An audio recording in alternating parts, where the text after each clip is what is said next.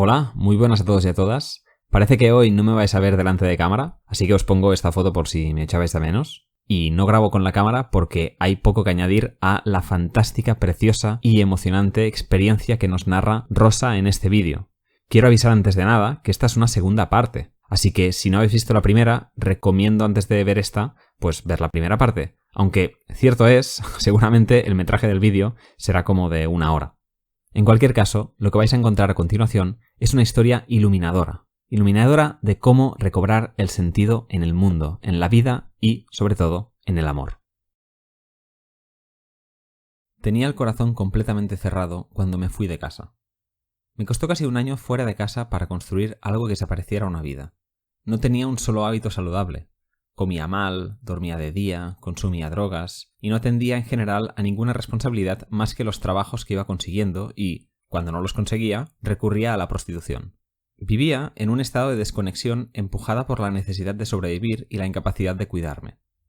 Fue entonces, en medio de ese caos, cuando conocí a 2 de las personas más importantes de mi vida. Las conocí durante el primer año de universidad y me enamoré de ellas. El amor que sentía por María y Pedro hizo que me llenara de nuevo. La diferencia fundamental fue que ambos reclamaban que yo fuera algo, y volví a sentir las ganas de construir una intimidad con ellos.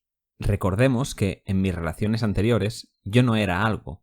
Yo me anulaba en esa relación en la que, por abnegación, me negaba a mí misma. De estas relaciones, concretamente de María, aprendí su rectitud cariñosa con las personas y el mundo. Sus muestras de amor muchas veces pasaban por lo físico y nos recuerdo abrazadas contándonos confidencias. Era capaz de crear un espacio lo suficientemente seguro como para que me rindiera, dejara de fingir y simplemente descansara y me divirtiera junto a ella.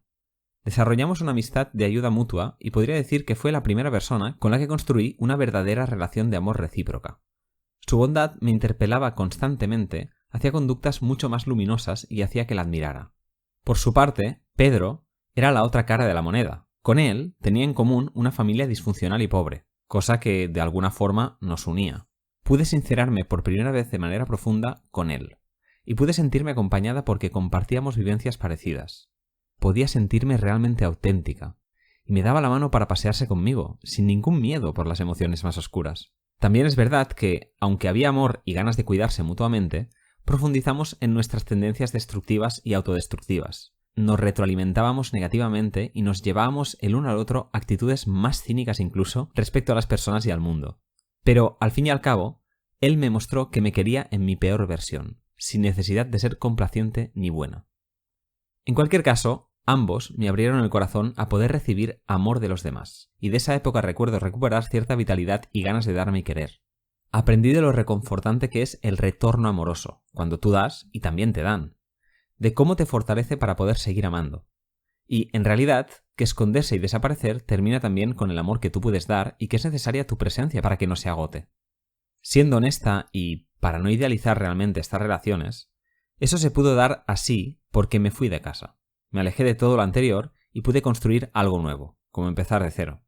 No fue una época fácil porque lidiaba con problemas emocionales y económicos, pero puedo recordarme más alegre, con menos peso y con un yo más presente y fuerte. Podríamos decir que, con muchos matices porque siendo honesta era muy cínica respecto a la fe y a la esperanza, recobré parte de conciencia, y con eso de sentido y fortaleza. Aún así, siento que fue la falta de reflexión y entendimiento sobre el deber, la libertad y el amor lo que no me permitió desarrollar siempre prácticas amorosas sanas de las que pueda sentirme orgullosa. Y lo que es peor, el compromiso lo desarrollaba hacia lo externo, pero nunca hacia mí misma, y me puse en peligro en numerosas ocasiones, generando preocupación en los demás, cosa que podría calificar ahora de profundamente egoísta. En mi familia las cosas también cambiaron. Las apariciones intermitentes de mi padre acabaron y desapareció por completo cuando mi hermana y yo cumplimos 18 años. Fue entonces que mi madre compró la casa donde habíamos vivido y decidió deshacerse de todo. Tengo recuerdos bastante luminosos de ver a mis tías, a mi madre y a mí tirando casi todo y dejando la casa completamente vacía. También de pasarnos una semana entera de verano pintando todas las paredes de nuevo, eligiendo y mezclando colores de unas sobras de pintura que nos habían regalado. Todas aquellas experiencias hicieron que mi relación con mi madre mejorase y pudimos conectar de nuevo. Al mismo tiempo que aparecía un sentimiento compasivo hacia mi madre, los conflictos entre mi hermana y ella se hicieron más abiertos y evidentes.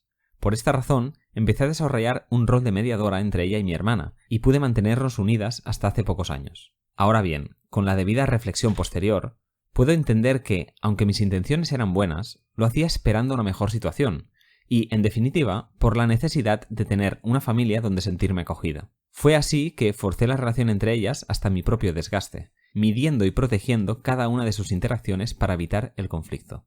Ni una ni la otra sabían nada de mí ni de mi vida. Mi función era que se vincularan entre ellas a través de mí. En realidad, ahí seguía desapareciendo al darme, como hacía antes. Pero se me aparecía un peso, un sentimiento de obligación y de deber, que no era moral, aunque pudiera parecerlo, porque atendía y respondía constantemente a las circunstancias, a los resultados, a las consecuencias. En ese sentido, calculaba sin parar lo que podría ser mejor. Pero para eso, no como en el pasado, necesitaba un yo y una conciencia que pudieran dilucidar lo mejor para responder a ese peso, y evitar así la culpabilidad posterior que se me aparecía una y otra vez cuando no había acertado en mis acciones. Así, durante muchos años, me vinculé con los demás y con el mundo desde esa lógica. Sentía que estaba en deuda con ellos. Mis acciones buscaban producir bienestar en los demás, pero eran espantosamente resultadistas, ya que dependían de las circunstancias y resultados que pudiera obtener, y de cómo yo podía intervenir en ellas. No buscaba lo bueno, sino lo deseable, cosa que me hizo profundamente dependiente del entorno y no libre. Eso fue alimentando una mirada atenta, pero también obsesiva, de mi alrededor. Revisaba todo lo ocurrido en el pasado que me perseguía de forma constante en mi cabeza, y a la vez imaginaba un futuro lleno de consecuencias que se derivaban de lo que yo había hecho o de lo que podía hacer. Vivía mi día a día con unos niveles de ansiedad muy altos que me mantenían en alerta y que normalicé. Toda esta actividad mental se concentraba en mis mejores momentos, pero siempre llegaba alguna conducta problemática que lo hacía estallar todo. Perdía el control y me exponía delante de todo el mundo. Recuerdo ocasiones, demasiado vergonzosas para ser reconocidas incluso, de perder completamente la razón, de consumir drogas hasta perder el conocimiento, de hacer daño a los demás intencionadamente con mis palabras y de convertirme, por horas, en una persona despreciable que se odiaba a sí misma y a los demás. Todos estos momentos iban seguidos de semanas de aislamiento y de consumo. Me apartaba del mundo y me torturaba hasta que quedaba agotada. En concreto, una vez desperté en un tren, en dirección contraria a mi casa. Desorientada, le pregunté a una mujer cómo volver. Tenía heridas en la cara y las piernas llenas de moratones de haberme caído en unos arbustos la noche anterior delante de multitud de compañeros de universidad. Apenas podía reconstruir algunos fragmentos patéticos de lo sucedido, como que había lanzado una bebida en la cara de un chico que se había metido con un amigo mío.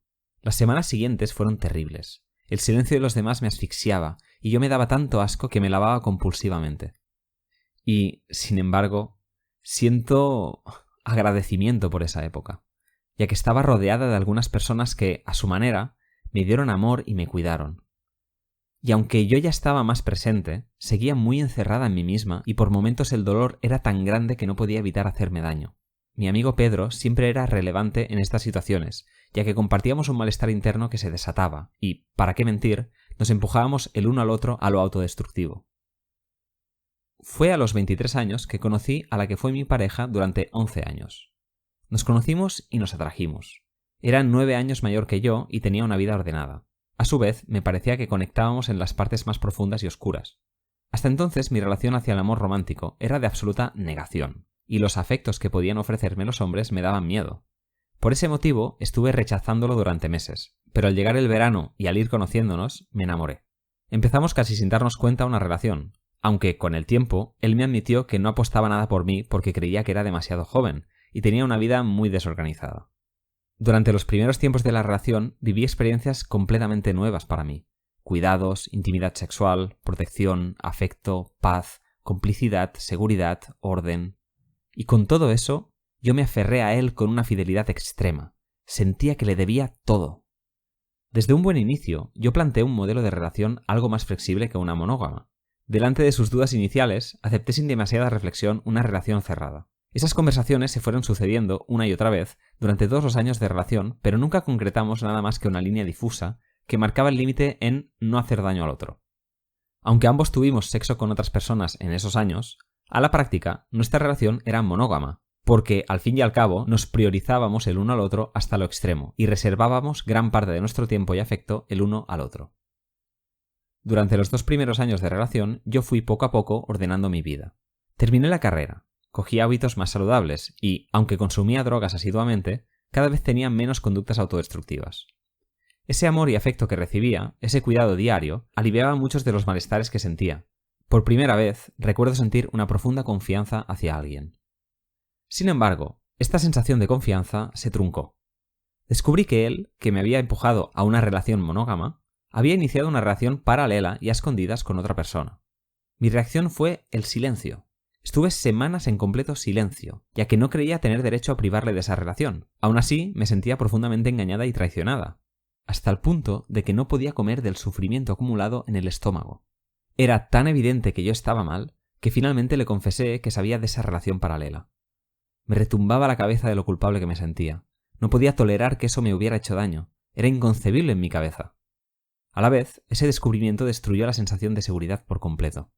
Tardé años en domesticar esa inseguridad que me produjo su engaño. Por momentos parecía que la relación podía terminarse, pero estaba obcecada en que era una bajeza terminar una relación de pareja, que yo consideraba buena por aquel entonces, por una mera infidelidad. No siento orgullo por mi reacción de entonces, no fue fruto del amor, y, seguramente, fue por la vanidad de hacer lo correcto. Me sentía imperfecta porque un engaño me pudiera doler, e insistí en modificar mis emociones hasta no sentir nada respecto a ese hecho.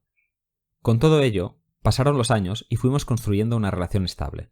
Ambos nos considerábamos mutuamente como lo más importante, nuestras personas de referencia. Él había emigrado y no tenía a su familia cerca. La mía era disfuncional y no podía contar con ella. Nuestro vínculo parecía que nos protegía de la dureza y de las exigencias del exterior. Pero, aun y con eso, la dinámica entre nosotros era ambivalente. Él era una persona ordenada, pero controlada por las emociones y victimista. Y yo era una persona con tendencia a desconectarse, con algunos hábitos autolesivos, con ansiedad crónica, y me sentía profundamente en deuda. La suma de todas estas cosas producía momentos de estallidos emocionales por su parte que me dejaban exhausta, pero yo siempre estaba ahí, con una fidelidad enfermiza. Yo me rebelaba también muchas veces, por supuesto, pero lo que para él significaba un pequeño viaje emocional, a mí me representaba horas o días de revisión de lo sucedido, malestar o culpabilidad. Puedo decir que era un amor impuro y condicionado a necesidades. Mientras mi vida personal continuaba su curso lleno de altibajos, con 27 años empecé a ser profesora de instituto. Visto en perspectiva, esto me transformó a mejor. Por un lado, me obligó a ordenar más mi vida, y me endureció. Por otro lado, me ofreció un espacio donde poder darme más allá de las relaciones personales. Yo lo entendía como deber, no lo vivía como amor, porque aún no tenía ni suficiente conciencia ni conocimiento para entenderlo así. Pero sentía un peso, una obligación de hacerlo bien, de hacerlo mejor, independientemente de mis necesidades o bienestar. Fue en ese momento que me obsesioné con la funcionalidad, y, aunque mi día a día estaba cargado de ansiedad y de miedo, ejercía mis funciones en el instituto con dedicación y determinación. Y eso le daba a mi vida un nuevo sentido. Quizás podría decir que, pese a que pudiera parecer lo contrario, ahí empecé a ser un poco más libre, y creo que esto fue posible por la inconcreción del vínculo con los alumnos, ya que, en el amor concreto, aparecen de manera más evidente los deseos y necesidades. Deseos y necesidades con los que yo cargaba en mis relaciones personales. En cuanto al resto de vínculos que mantenía en esa época, muchas relaciones se modificaron. Por ejemplo, perdí a María, que desapareció por completo. Si tuviera que hacer una hipótesis sobre por qué rompió la relación conmigo, diría que ella estaba agotada de mi inestabilidad emocional, y que seguramente me equivoqué demasiadas veces con ella. La recuerdo, en el presente, de forma recurrente, y el amor que siento hacia ella se ha transformado en agradecimiento por haber sido tan luminosa conmigo. Por otro lado, con Pedro, la relación se intensificaba por momentos, hasta que él desaparecía durante meses. Yo estaba intentando construir una vida más estable y saludable, mientras que él había intensificado su consumo de drogas hasta el extremo. Era un adicto. Pasaba días sin dormir, mantenía sexo de riesgo con desconocidos y alternaba parejas cada vez más deplorables. Yo sufría continuamente por él y me imaginaba que cualquier día podían encontrarlo muerto. Cuando él estaba peor, me llamaba, y yo, pues, iba. Entonces me empujaba a consumir drogas en exceso y me raptaba emocionalmente durante horas o días. Quizás sea injusto decirlo así, pero él no soportaba que yo quisiera estar bien, y me humillaba por desearlo. Me causó muchos problemas personales. Nuestra relación se tensó al máximo, y, aunque a día de hoy seguimos en contacto, solo nos hablamos en momentos decisivos e importantes. Sonará muy duro, pero el amor hacia él, ahora mismo, se sostiene únicamente por la compasión y la pena. La relación con mi familia también cambió. De algún modo, por un acto de dignidad hacia mí misma, terminé la atadura mental que aún mantenía con mi padre. Durante esos años hubo alguna intermitencia en su desaparición. La más significativa fue cuando estuvo al borde de la muerte. Como creía que se iba a morir, y por compasión, Acompañé a mi abuela al hospital cada día durante los meses que mi padre mantenía su vida con un respirador. Al final sobrevivió, y de ahí, desde la absoluta fragilidad que él debía sentir, nos pidió a mi hermana y a mí retomar la relación de nuevo. Como no podía ser de otra forma, visto en perspectiva, la intención de hacerlo bien duró poco tiempo, y retornaron, una vez recobró la salud, sus coacciones y sus manipulaciones. El punto y final definitivo fue una humillación pública que me hizo delante de varias personas. Me desprendí, mediante decisión, después de años donde por momentos me sentía culpable, del vínculo obligatorio entre padre e hija. Quizás se trata de aceptar que hay veces, aquellas donde eres víctima de alguien, que el acto de amor es hacer desaparecer de tu vida esa persona sin culpabilidad ni compasión. Respecto a mi madre, de manera más leve, también hubo renuncia por mi parte. Abandoné los esfuerzos para seguir manteniendo el vínculo entre ella y mi hermana, cosa que trajo problemas y discusiones. La cuestión es que decidí dejar de forzarnos a tener una familia como forma de sentir cierta seguridad, un acto egoísta por mi parte, sin duda, visto desde el punto de vista actual. Nuestra relación se hizo mucho más distante, aunque más cercana a lo honesto, a pesar de que evidentemente quedaran cosas por resolver. Cada vez que volvía a casa de mi madre, se hacía más evidente la distancia emocional que había entre nosotras si yo no forzaba el vínculo. No sabíamos hablar de lo cotidiano y las conversaciones, por menos de nada, se volvían conflictivas. Mi madre, por todo lo vivido, se acomodó en el victimismo y era, y es también ahora, muy difícil hablar con ella sin que te mienta. Se siente atacada o te intenta humillar verbalmente como respuesta. La última gran discusión fue hace algo más de un año, y desde entonces la relación se ha enfriado y hay muchos silencios cuando nos encontramos. El acto de amor, en este caso, con mi madre, seguramente pasará por la honestidad y la transparencia de afrontar sucesos que nunca hemos hablado. Sin que esa verdad sea dicha, dudo que podamos aprender a amarnos. Toda esa ambivalencia que sentía respecto a mis relaciones familiares, mi pareja, mis amigos y finalmente el trabajo, hizo que refinara la manera con la que lidiaba con mi malestar interno.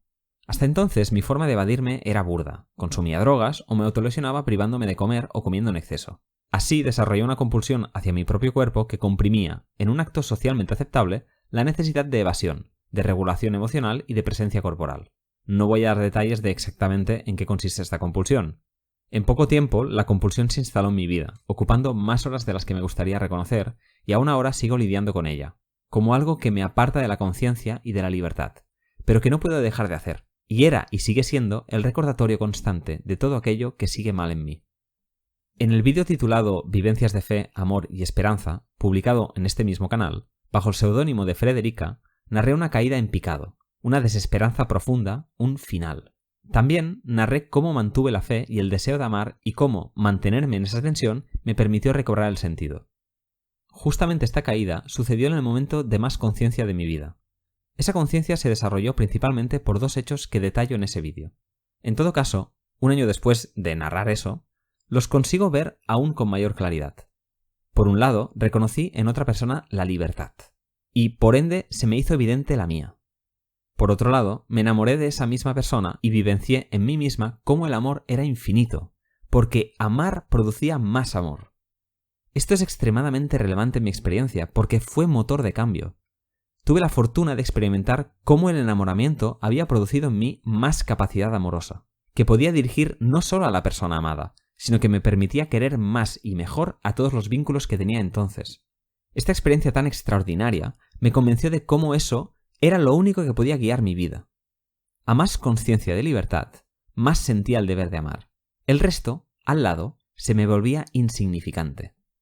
Pero el camino hacia esa insignificancia de lo demás no es para nada fácil. Forzosamente tuve que pasar primero por la violencia y después por un duelo para deshacerme de las leyes humanas, de las que no vienen de la libertad y del amor, sino de los cálculos de consecuencias, de las necesidades, del miedo y del terror a sufrir.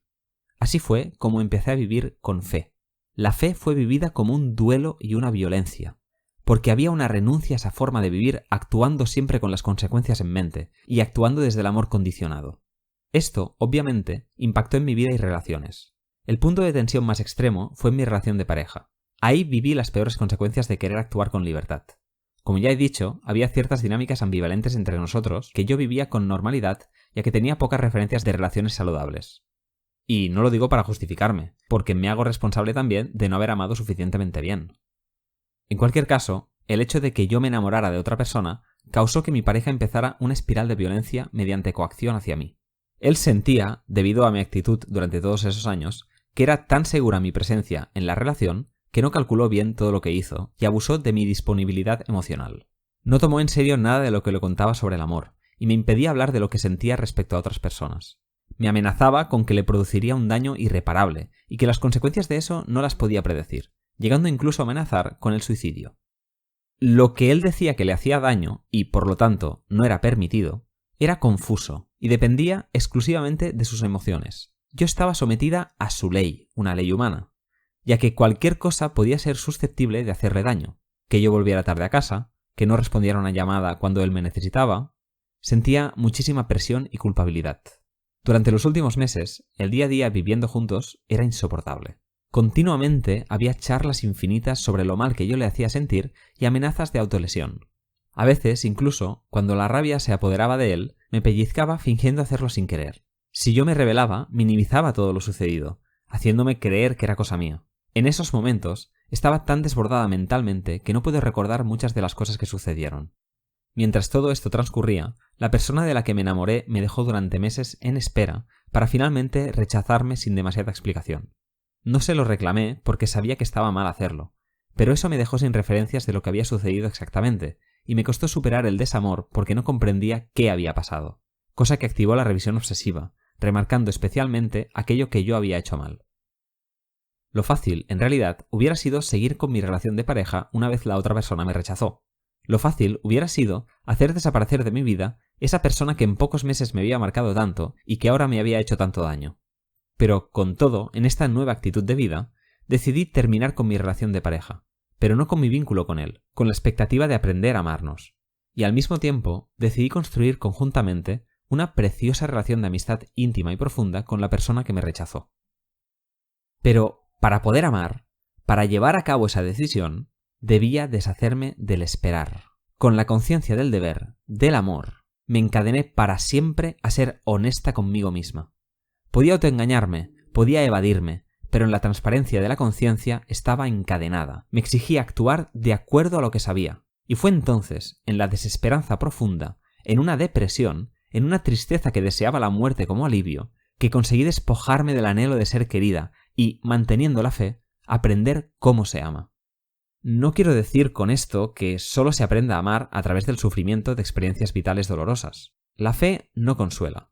Te puede salvar de renunciar a vivir, pero a veces puede ser destruido antes de ello, y al final solo podemos querer si estamos vivos. Tal y como narraba en ese vídeo, la muerte puede parecernos un descanso si el sufrimiento es elevado. Y no quiero romantizar para nada las experiencias dolorosas de ser víctima o la culpabilidad obsesiva, como si fueran las únicas cosas que te pueden llevar a purificarte. Porque, en realidad, una mirada atenta al mundo, al mismo tiempo que una exigencia interior, debería ser suficiente dolor. Una cosa ligada al duelo y al dolor de este aprendizaje es que debes deshacerte del concepto de amar y ser amado que tenías hasta entonces, cuando la calidad del amor, muchas veces, venía definida por las emociones y tus apetencias o de los demás. Además, siempre hay una renuncia constante que debes hacer. Es una decisión, porque amar es una exigencia continua de coherencia y transparencia interna. Para mí, el amor se trata de un compromiso profundo contigo mismo que necesita de los demás para realizarse. En ese sentido, en mi caso, me he sentido tentada muchas veces de ejercer el deber para con los demás con frialdad, como un soldado, pero eso me ha producido mucha violencia e incongruencia interior. Podía antes actuar bien, concorde a mi deber, pero sentirme fatigada, con miedo o incluso que me creara malestar emocional, sobre todo en aquello que tiene que ver con lo relacional. Para orientarme en el actuar, me ha servido mucho más pensar como si solo sintiera amor, o sea, que no sintiera ni miedo ni perturbación del ánimo, ya que no siempre, en este proceso de aprender, siento la emoción deseosa y la alegría de solo amar. Y, en todo caso, en esta renuncia que hay inevitablemente en el amar, me he acercado más a la conciencia una tristeza honesta por la pérdida. En mi experiencia, la vivencia de comprometerme conmigo misma, no desde las necesidades, los deseos y las inclinaciones, sino desde el amor puro, exigente y capaz de ver y escuchar todo lo interior, está cambiando de manera fundamental cómo estoy en el mundo y cómo me relaciono con él. El sentido del deber no es, ahora, algo que se me impone desde fuera, sino que es como una forma de ley interior que yo misma reconozco. El sentido del deber es, de hecho, el amor mismo. No necesito ni espero, sino que miro y amo sin más exigencia que la que el otro sea libre y ame, y no necesariamente a mí. Esto, lejos de ser fácil, ha implicado una introspección cargada de dolor y culpa, pero también de liberación y alegría. Son innumerables las horas de llanto para deshacerme de todo aquello que no es amor, ya sea por mundano o por egoísta. Aún así, también han sido innumerables las horas de paz y tranquilidad que me ha dado el actuar por amor queriendo el bien. Y precisamente esta alegría tranquilizadora es la que más me ha movilizado para amar. Y preguntaréis, ¿cómo esto ha sido posible? Pues aún no sé explicarlo del todo, pero sí puedo narrar el conjunto de cosas que han sucedido internamente. Por un lado, creo que ha sido fundamental un mejor entendimiento sobre qué es la fe, el amor y la esperanza. Desde que descubrí experiencialmente cómo funcionaban en mí las virtudes teologales y desde que descubrí su indisociabilidad, las virtudes teologales han sido el eje fundamental que me ha guiado ya no solo en el actuar, sino también en el sentir. Con esto quiero decir que aprender a amar no habría sido posible sin el conocimiento. Pero no hablo aquí de un conocimiento que haya adquirido solo mediante lecturas. Este conocimiento, que es fundamentalmente transformador y es fundamentalmente acción, lo he adquirido mediante el diálogo con el otro, pero también en la práctica amorosa con una persona que me ama a mí y a más personas, en concreto, para que yo ame en general. Y también al revés, yo lo amo a él para que él ame en general. Esta relación, que, sorpresa, es la misma que aquel amigo que me rechazó, en su concreción y reciprocidad, con gran probabilidad ha sido la mayor fuente de conocimiento y aprendizaje sobre cómo se ama puramente. Desde mi punto de vista, solo tiene sentido amar en lo concreto y en la vida. Esto, si cabe, es mucho más duro y exigente que un amor más cercano a la caridad. Precisamente, con mi querido amigo, la construcción de este vínculo nos ha llevado a numerosos conflictos, discusiones y conversaciones incómodas. Pero nunca, jamás, hemos dado por perdida nuestra relación. Hubo un paso forzoso del enamoramiento al desamor, para después construir un vínculo de amor puro, donde obviamente hay predilección, pero también fe y esperanza en la fe del otro. Para mí, nuestra relación significa, a la vez, exigencia, alegría y descanso. Y en este punto no puedo ahorrarme decir que me siento profundamente agradecida y emocionada por ello, porque es una suerte, una casualidad, pero también una decisión, un acto de voluntad, poder tener un vínculo de fe con alguien. Por último, me gustaría explicar un último factor determinante en este cambio, aunque debo advertir que lo haré sin demasiada seguridad porque aún me siento imperfecta en la práctica. Una tarde de este pasado febrero tuve una experiencia bastante reveladora, que se ha repetido desde entonces muchas veces. Por la mañana había tenido una sesión de EMDR. Para dar contexto brevemente, el EMDR es una técnica psicoterapéutica que se usa para el trauma y otras vivencias de vida angustiosas o dolorosas. En esa sesión se me reveló, aunque no era la primera vez, una verdad interna difícil, recuerdos de infancia que yo había escindido de mí por completo. Por la tarde estaba profundamente emocionada porque experimenté sensaciones de liberación, pero sobre todo porque me sentía presente corporalmente, unificada, coherente internamente. La escisión, la desconexión, la disociación son las formas en las que yo había vivido hasta entonces, pero experimenté, por primera vez esa tarde, una forma de estar en el mundo auténtica. Y esta autenticidad pasaba precisamente por observar lo que yo negaba, integrándolo y haciéndolo propio. Lejos de sufrir, sentía fluidez interior y lucidez luminosa.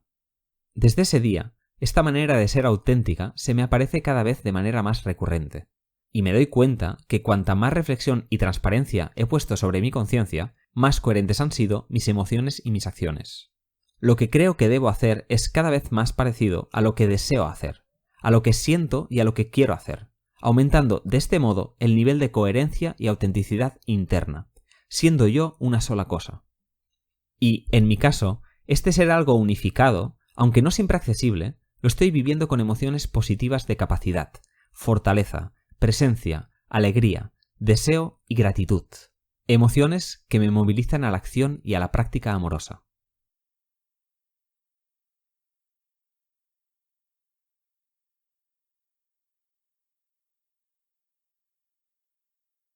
Dichosos los ojos, que no vieron pero creyeron.